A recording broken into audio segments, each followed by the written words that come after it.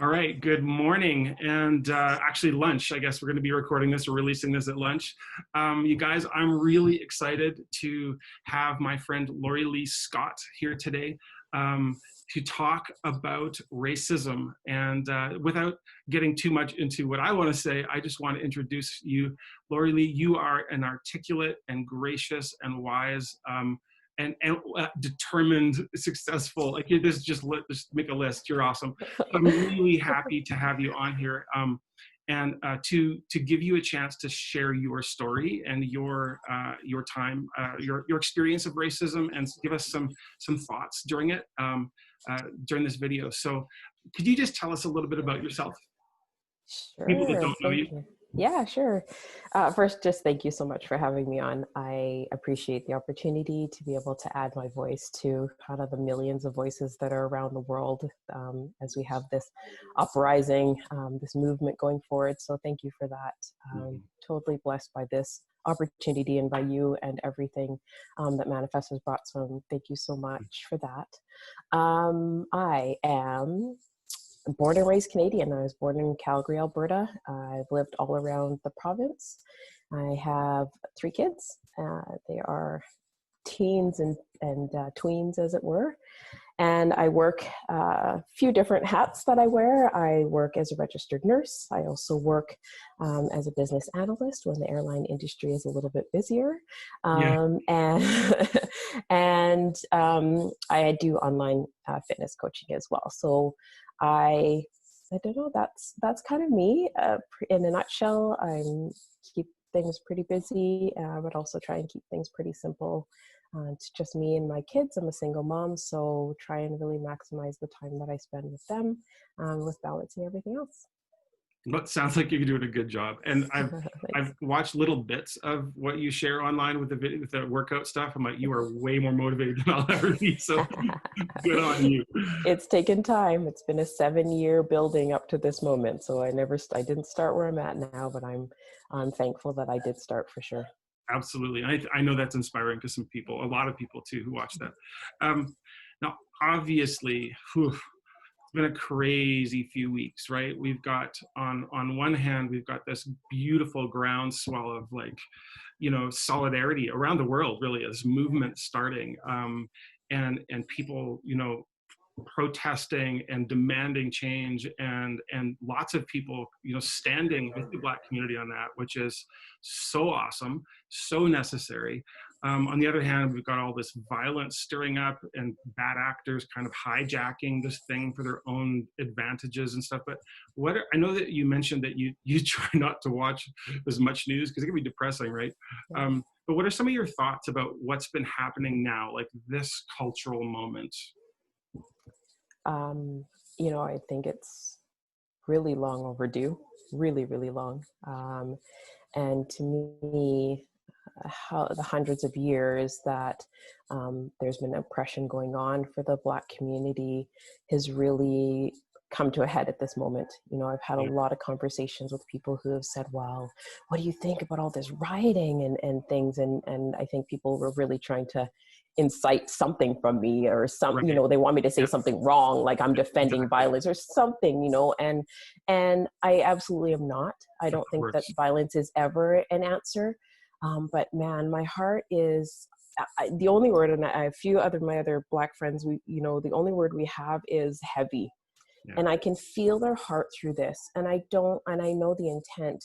Nobody ever sets out to start violence in these cases. But I think that because of the history and how much people have endured, especially even if you just look at what's going on in the last 6 months with the violence against Black people, I think that it's just a sign of enough is enough.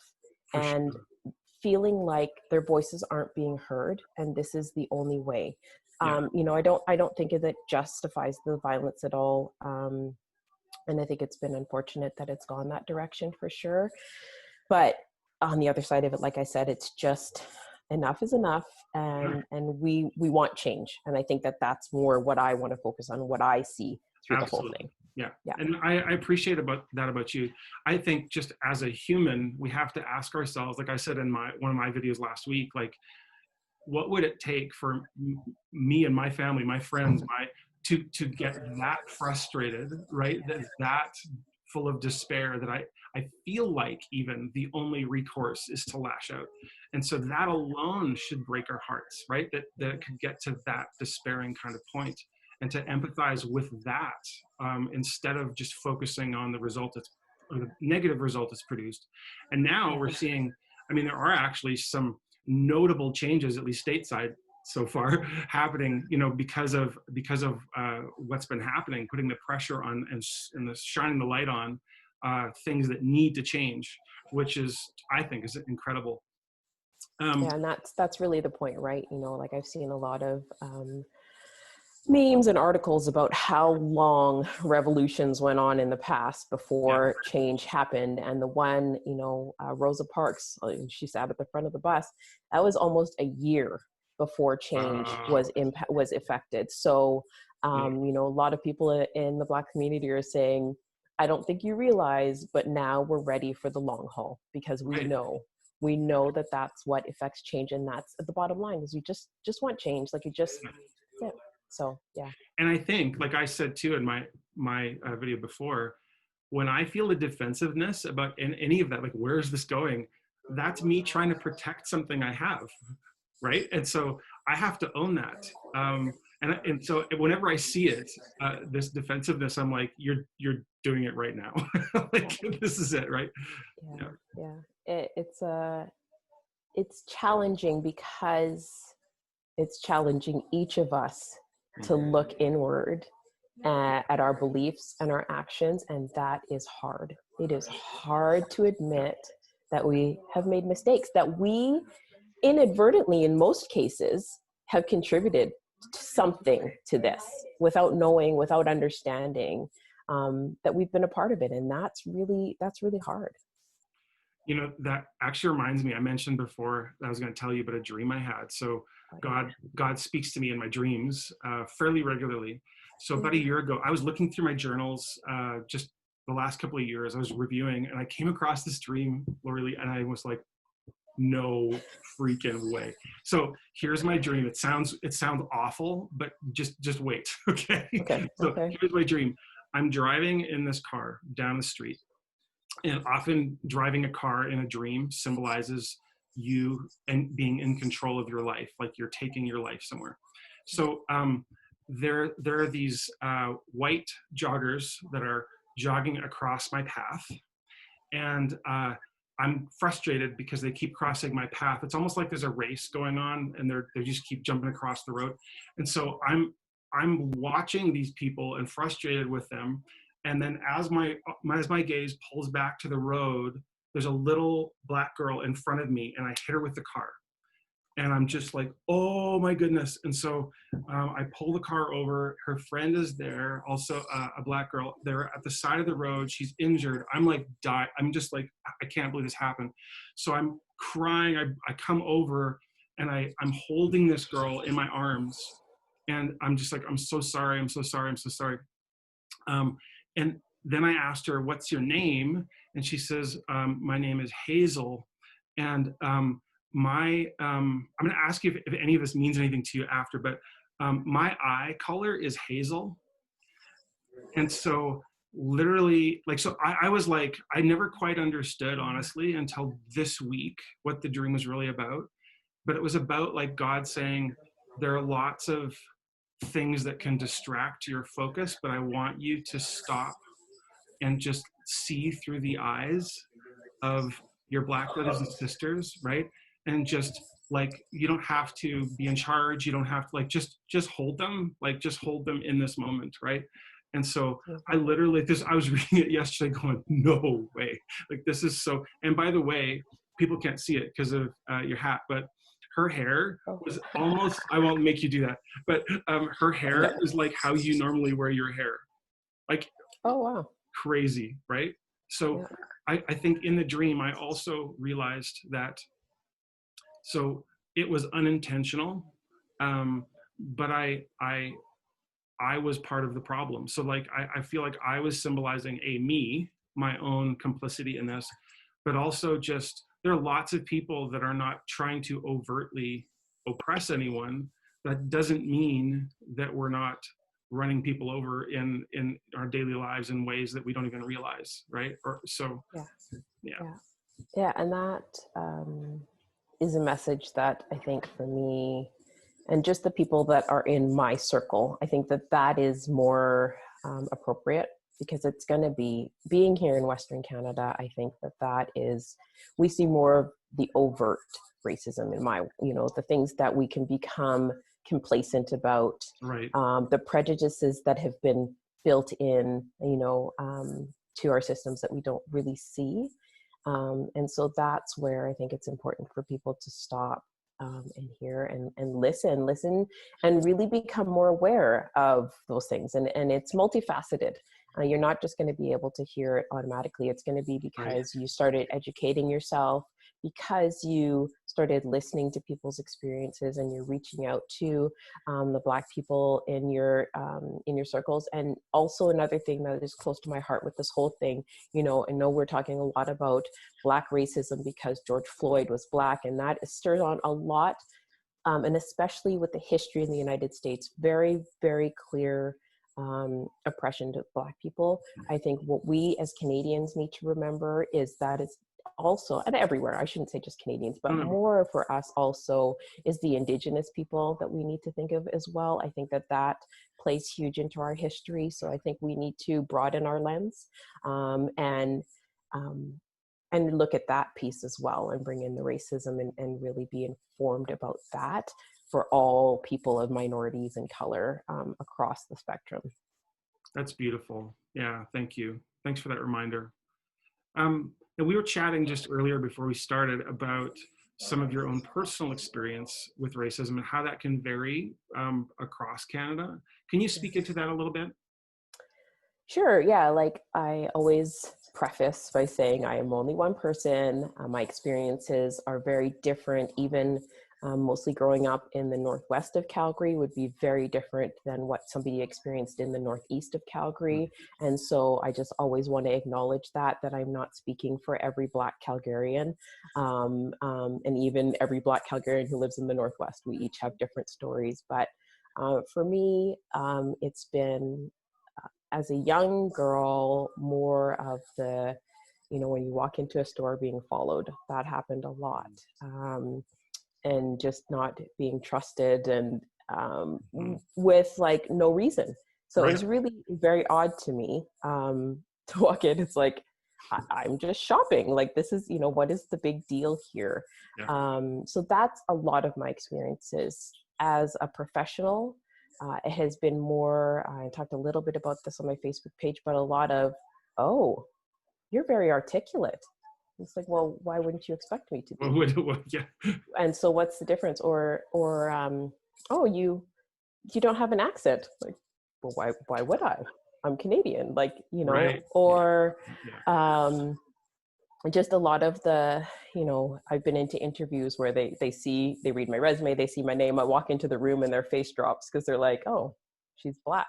And you Wow. can just read that right across their Yeah, face. yeah. So that's been more of my kind of professional experience and kind of life experience that way. I had an unfortunate experience at my kid's school with the principal. We were looking at different schools, and I was moving, looking at different neighborhoods. And I had moved into a neighborhood. My kids were going to one school. I was living in a neighborhood that was not in the designated area. Okay. So I'd gone into the office to get an understanding. So I went in there and I said, so what do I need to do? I would really like to keep my kids here. Yeah. What are my options? And she said, well, these are the two neighborhoods that you would probably have to live in. I'm not sure if you can afford that, but that's what you'd have to do. And I was like, and Wow. this is within the last 4 years, with a principal at a school, and there's my, the people who Supposed to have a broader, view, the ones who are protecting our kids and educating them supposedly with this worldview. And in that same school, I had another experience where they were going over the statistics for the school in the testing. And the same individual said, and I was the one and only parent council meeting that I actually went to. Um, she said, well, we have a lot of immigrants that live in subsidized housing. And so that really brings our grades down. It's like, Okay.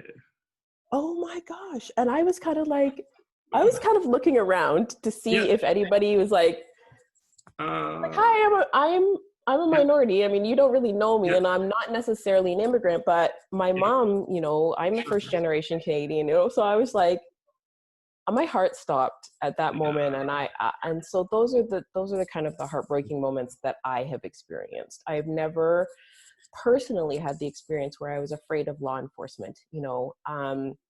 I definitely, and I think that also what plays into that is the fact that I'm female. I think it's a Sure. very different experience being a Yep. Black male than it is Mhm. being female. Um, my mom talked to me about, when you're out in groups, you are going to stand out. And so you just need to make sure that you're on the right side of the law. Just Yep. stay, Yeah. and that you have nothing to worry about. That was always, and not that that's a bad thing for anybody, but she's like, wherever you are going to be singled out and you are going to Yep. be the first target. So you need to be aware of that. That was kind of my upbringing. Now I have to confess, like growing up white, like I know that there are people watching this video that go, no, not in Canada, right? But I told you just before we started. So my son Joel just was out with a bunch of friends the other day. He was the only white in the group. They went into a Circle K, and I'm going to name that because that was an unhealthy environment. And he said, Dad, it was insane. They wouldn't let my Black friends go buy something, like pick something up and bring it to the counter. They said, tell us what you want and we'll get it for you. They didn't trust them. He says, I've never had that happen to me as a white kid, like ever. So he just came home with his jaw like on the floor going, oh my goodness, right? So I think sometimes it just takes a little bit of eye opening, and you've done a really good job of that. Um, Yeah, it's interesting because what we you don't think about is that um, all criminals are not Black. I think if we sat back, we would know that, right? yeah, Like we know that every race has criminals. yes, Yet, if a white person walks into a store, they would never be treated like that. no, You would no, never question that. And so it makes you think, like, it's like, what yeah, is it? And why it's fast. it, It's interesting to me, but yeah, it those is. are the little things, that you would never think twice about walking into a store and thinking that they're going to think that maybe they're Yeah, going to stop me from touching anything. doesn't enter um my mind. yeah. So anyway, sorry, I just had to, that's No, it. no, no. Every You time I hear those stories, it boggles my mind. Like yeah. I was also mentioning to you that like part of the discussion around in society now is about systemic racism, and so I've kind of come around in my thinking just in the last 2 weeks on that. I think one of the things I struggled with, Lorilee, was that sometimes the system is talked about like this big brother, like almost like a conspiracy theory, this nefarious invisible thing, this force that's some what really changed it for me was to realize that the system is actually made up of little microsystems. And so that Circle K is a staff, there's a staff issue there. There's a culture there. No one behind the counter blinked when that happened. Like, so this is sort of like, they've learned to respond this way. And that's a microcosm of a system, right? And so to me, and you can maybe speak into this, but as a white guy going, how do I help, right? I want to go, oh, there's a touch point, right? So we were instructing Joel, when you bump into the edges of a system, whether it's a precinct or whether it's a mall security, or whether it's like, that's where you touch it, that's where you can make change, right? So they were in the mall and they were just in the food court and they were watched. He says he's never experienced that ever. They were watched for half an hour. He's like, again, he says, I know they're not looking at me, Dad, right? Like, and so we were like gently, he's a goon, he's a huge guy, but we were saying gently, respectfully, you could ask to see their manager, and explain to them what your friends just experienced. Like that's a way that you can, is that the right approach? Is that like, what do you think of that idea? It's challenging because depends on what environment you're in. Mm, You know, because some people can misinterpret conversation for confrontation. right. And so it's very challenging. And I wish, of course, in my mind, yeah, that's 100% the right way to go about it in But an ideal situation, right? yeah. Um, but I think we definitely have to advocate. I think we have to try Mhm. these things, and I think that Joel would be in a unique position to be able to do that. Of Mhm. course, the reaction would be much different because Oh, things haven't changed yet if it was him versus one of his friends who approached right. the security guard, right? So I Oh, that would think be totally that, different. Yeah. yeah, I think that that does put him in a unique situation, and I think Yeah. that's a great God thing right there, in that God has blessed him with that and put him in those places. So, yeah, absolutely. I think for everybody, Mhm. we need to hear and look at those things systemically and be able to approach them and have the conversation, Yeah. and hopefully that's a part of the change, is that we can have the conversations and that we can talk to people and we feel comfortable bringing up our perspectives and talking about what we see and coming to solutions about how we can change those things, you know, even if Yeah. in that school situation that I was in, to be able to speak up and say, you know, I don't think that's correct. I think that that's racist. I think we need to Mhm. reevaluate your perspective and challenge the Yeah. perspective. Yeah. But in authority situations like that, you know, like I personally, I would not have, I did not challenge it in that situation because I was like, my kids need to go to the school and I do not want to do anything to throw that off. So that's where it's challenging. You know, I But don't want to do that's an anything. example of a power structure that is Exactly. inequitable, right? If Yeah, you don't feel like exactly. your voice, you're going to jeopardize your child's position by Yeah, advocating for basic fair treatment, and like that's yes. not okay, right? That, and that's exactly it. Yeah. So that's where it's Mhm. like, okay, so that's where we also need to see the change. Those are the little things. Mhm. And yeah, yeah, oh yeah, we need to have open conversation. Yeah. But are they actually going to be open? Are they going to Right. be without impacts on us and our kids and the people who we're trying to advocate for? That's where we Yeah. need to see change too. I was just reflecting too on the role of social media and all this. Like, so Yeah. you can talk to the manager at Circle K and they go, nope, that's not a problem. But well, okay, but we had this experience, so we can gram that, we can tweet Yeah, that, right? a And hundred so the percent. social pressure of this, I think there's a real positive. Like, we're gonna call stuff out now, right? Like, so you can't just uh, treat everyone like a Karen, right? And just like Right. brush them aside. Like, Yes. so um, Yeah, I love it. as I don't want this to get too long because I do want people to watch the whole thing Sorry, instead of I tuning can it be out. wordy. No, that's me. I'm the one who's being worried. I'm talking too much. Can you touch briefly on, as a Christian, as a woman of faith, the spiritual component to this, like God's heart for this, and just how you see that playing into? Yeah. So, I mean, I grew up in a Christian home. I always have. And I still consider, I'm not very great with theology. I still consider myself a relative noob when it comes to the whole Christian thing.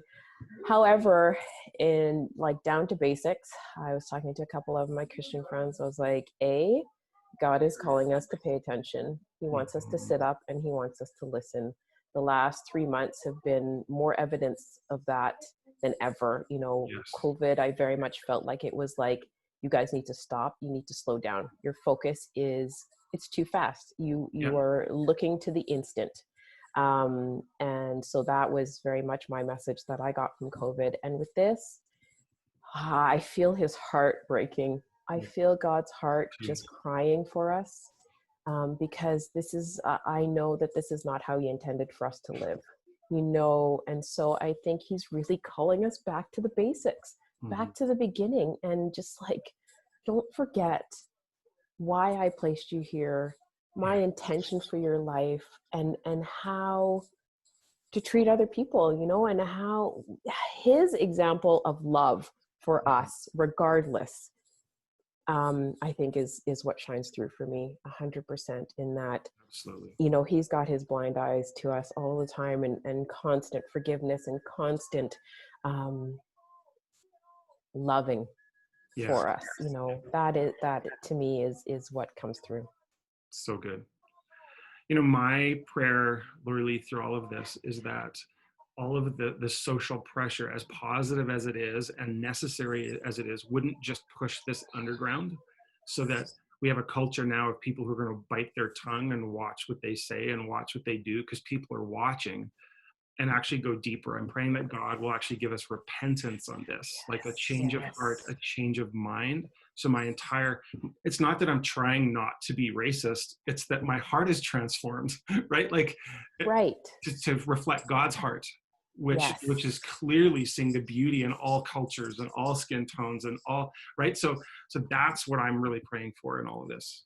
Yeah. Yeah, I do. And like I said, you know, like if we were all to draw closer to God and really work on living our life according to the principles and the things that he has set out and the promises that he has for us in the Bible, my mind explodes with how much would change. You know, like I just think so many things would change if we used him as the pillar of strength that he Yeah. wants. Oh Um, man, so good. Hey, it's been such a privilege to sit with you and just have this conversation. Lorilee, I'll be praying for you and your family, because I know there's a lot of people hitting you up, asking you for advice and doing exactly the kind of thing I'm doing. So thank you for taking the time and sharing your heart with us, sharing your wisdom with us. It's been invaluable. And if you catch me doing anything that needs to be caught, you call me on it. Okay. That I'm needs going to to catch you doing good, Brad. I'm going to catch you oh, doing good. That's my plan, is that I'm going to see your heart change, and I'm going to be catching you doing those things, and the fire that's in your heart for God is going to keep spreading. So I thank thank you for this opportunity, because I like to share, and you know, like I said, I'm only one part of the picture, but to be able to share and add perspective to everybody's life is a blessing. So. awesome.